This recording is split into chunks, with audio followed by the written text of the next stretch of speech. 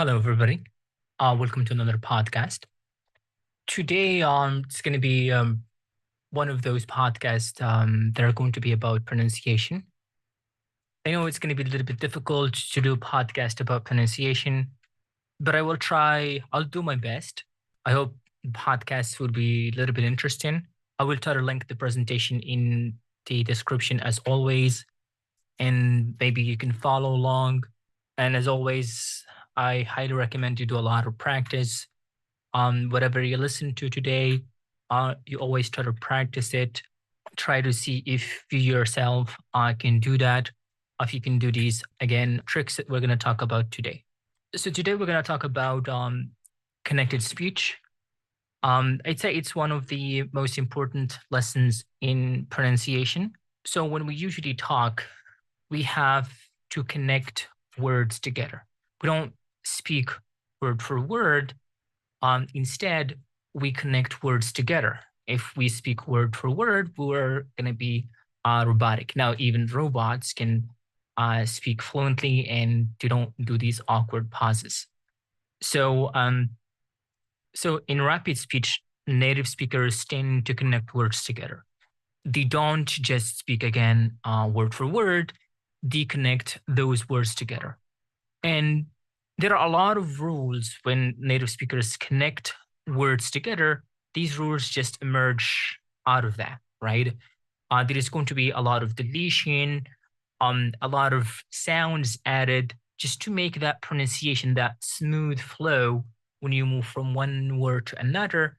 It's not going to be rough or like choppy when you pronounce those words or those sentences. That's why sometimes when you want to read or you want to pronounce like a longer sentence or chunks of words, it gets very difficult for you to pronounce them because you have to pause. You feel like you have to pause.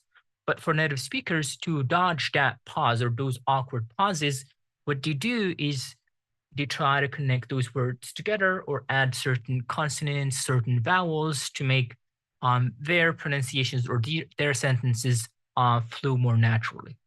So let's start with rule number one. This has to do with words ending with certain consonants. So when you have the same consonant sound that appears consecutively at the end of one word and at the beginning of the next one. So this one has to do with words that end with a certain consonant, and the next word in a sentence begins with the same consonant. So what we do, we try to merge those two sounds together by pronouncing only one of them. We don't pronounce two consonants. It's going to be it's going to be an awkward pause to do so. So what we do, we try to merge those two consonants together, right? So instead of saying big game, you pronounced g twice, you just pronounce it once. We watch a big game tonight. She painted a red door. She painted a red door. She painted a red door. Hot tea will change to hot tea. Hot tea, hot tea. Would you like some hot tea? Would you like some hot tea? Would you like some hot tea? Would you like some hot tea? Would you like some hot tea? Good day would change to good day. Good day, everybody. Good day. Good day. Good day, everyone. Good day, everyone. So notice here, you might already do this in your speech because it's pretty difficult to pronounce two consonants together that are the same. If one ends a word and the other starts the next one. So if you are not already doing this, try to do it, or again, use this in your conversation with others, and you will start to see the change in your pronunciation. The next rule has to do with like an insertion of a sound. We add this sh sound. So in English, if a word ends in the sound and the next one starts with e sound, we have a tendency to merge those two sounds into one, which is say j, right? So you might notice this again. This is in rapid speech. You might notice this in rapid speech. Instead of someone saying, "Would you open the door?" Would you? Would you open the door?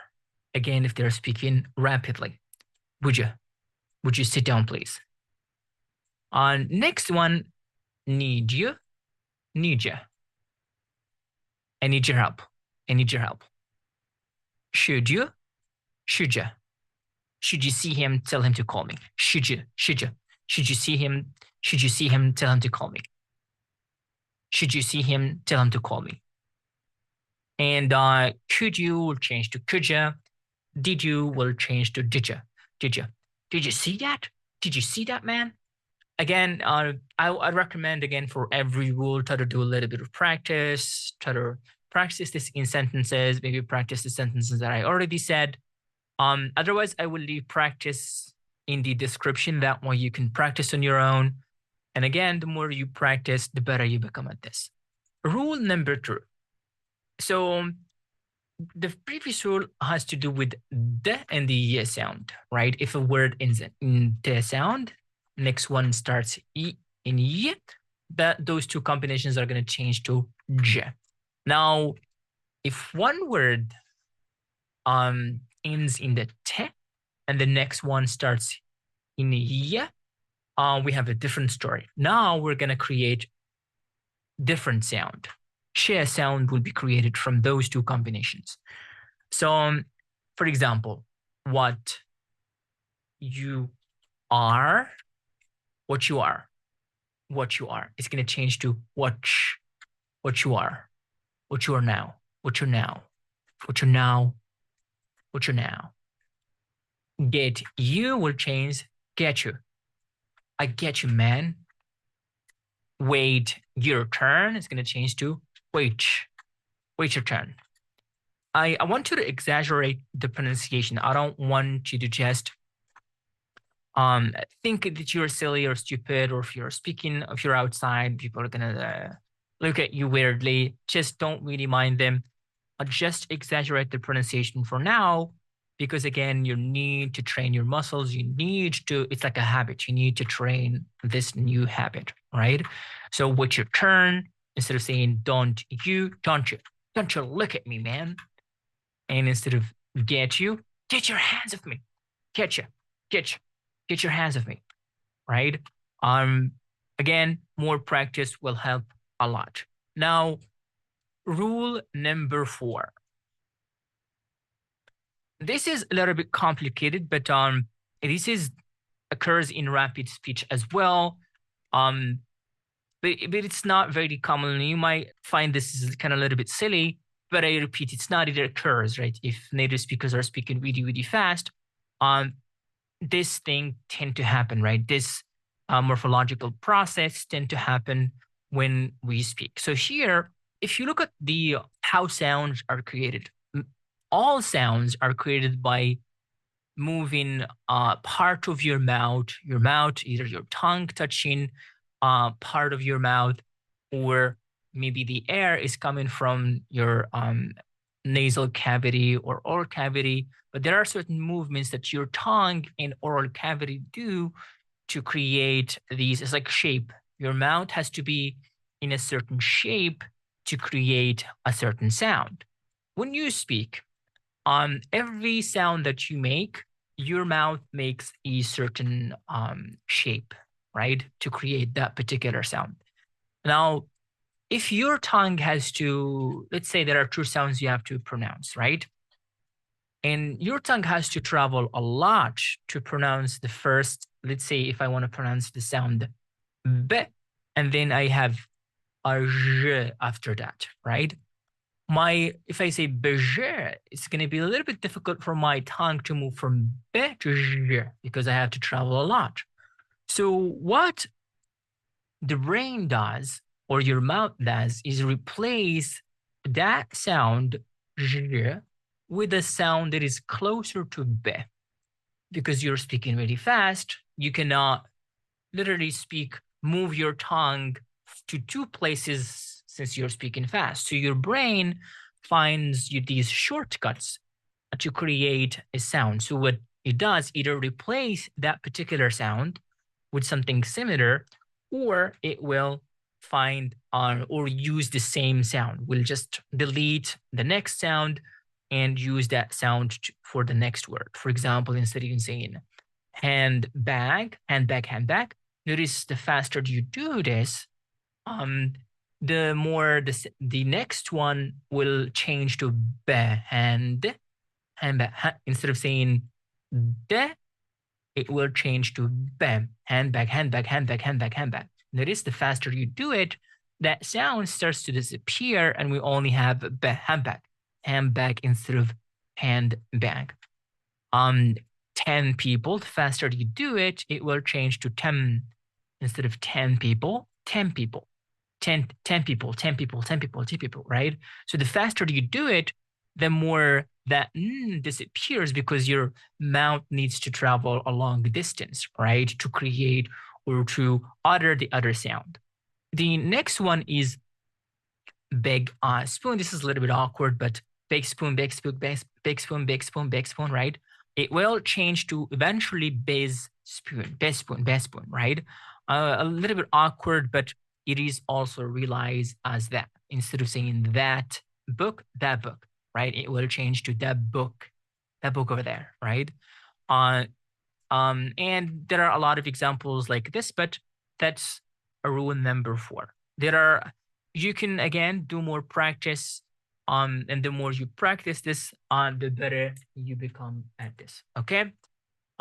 Next rule is this one has to do with certain consonants. So this rule has to do with words in our, let's say, consonant, and the next word in a sentence starts with a vowel, or let's say a word in a vowel sound and the next one starts with a consonant. What we try to do is connect those two words together, right? Because we have a vowel and a consonant, then just connect, make like a new syllable, right?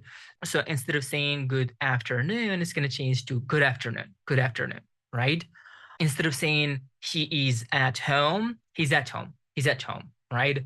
Instead of saying we need it, we need it, we need it. Red apple, red apple. Big elephant, right? Again, you might already do this. I think this is very common rule in connected speech. So you might already do this in your speech. If you aren't already doing it, you can start doing it, and you will start to notice the progress in your reading, your speaking as well. Rule number 6. This one has to do with elision or deletions of certain sounds. And this happens a lot in English. So in English, che and de are frequently deleted. There is a particular context, but I think these examples will show you a lot. So in English, you don't say and if you are in, unless you're not, if you're not emphasizing and in a sentence, you don't say and, right? For example, if you want to mention two things, this and that, it will change to this and that, right? Okay, so some examples. Instead of saying wouldn't it be nice, wouldn't it be nice? Instead of saying I haven't seen him, I haven't seen him. I haven't seen him. Instead of saying hold on, please, right? Again, this happens in rapid speech because again, that D or that T somehow create a delay in speech, and native speakers tend to delete this. Okay, let's move on to rule number 7. I'd say this is one of the most important rules alongside the next one. The previous ones are equally important, but this one occurs a lot. So native speakers tend, as I said, to insert certain sounds to create sort of connection and smoother speech when they talk. So usually if you have a word that ends in a particular vowel and the next one starts with a vowel, it becomes difficult to pronounce two vowels together, right? So what native speakers do is try to add this w, a, and the e sound. So let's say a word ends in a rounded sound, like an o, ow, or o. If a word ends in those particular sound, and the next one starts with a vowel, what we do, we add w sound, right? For example, bow, and arrow, it will change to bow and arrow, bow and arrow.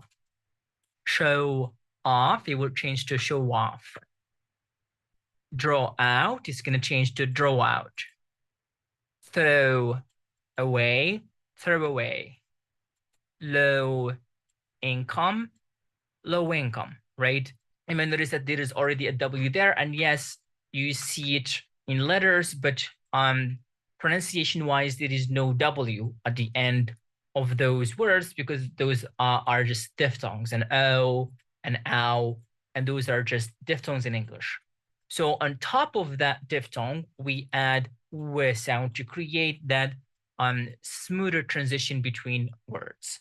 The next one is very similar to this one. So here, instead of we have vowels that are involved. So if a word ends in a vowel sound and the next one starts with a vowel sound, we do the same thing. But here we are gonna insert e sound instead. So e, if you pay attention, sound is this sound is made by a round in your lips, right? Your lips are round when you try to pronounce sound, right? It's a round sound. And that's why we only add sound if a word ends in round sounds, like an aw, ow, o. Notice your again, mouth is round. Now, for the next rule, we insert e. E is made by your basically your mouth is kind of sort of spread. Your lips are spread when you make these sounds. They're not round. They're like spread, right? So if a word ends in a sound that you make and your lips are spread, then you add e sounds. For example, see, it is made by again when your mouth is sort of like spread. So you don't say see it, you say see it. I didn't see it. I didn't see it. I didn't see it. Tie a knot, tie a knot, tie a knot. Day and night, day and night, day and night. My ice cream, my ice cream. Cry out, cry out, cry out. All right, so this is the end for the rules. Again, I want you to practice a lot. It helps also if you can repeat this podcast maybe a couple of times, especially if you're driving, if you're doing something in the background, just play the podcast just to give you, because I noticed that pronunciation rules tend to be a little bit boring. So I think the more, if you listen to them once, your brain has to work a lot and you need to do a little bit of practice. So if you don't have time for practice, you can just listen to this and try to listen to it like once, twice, maybe 3 times, and you can listen to it periodically as well. Like whenever you have time, just play the podcast and it will help. I think you will be fine without having to do any exercise, without having to follow the rules, without having to follow the transcript that I will leave you. But yeah, I mean, I appreciate it for listening. And again, I will leave you a transcript of everything that I said in the podcast. Yeah, appreciate it, everybody. Thank you so much, and bye.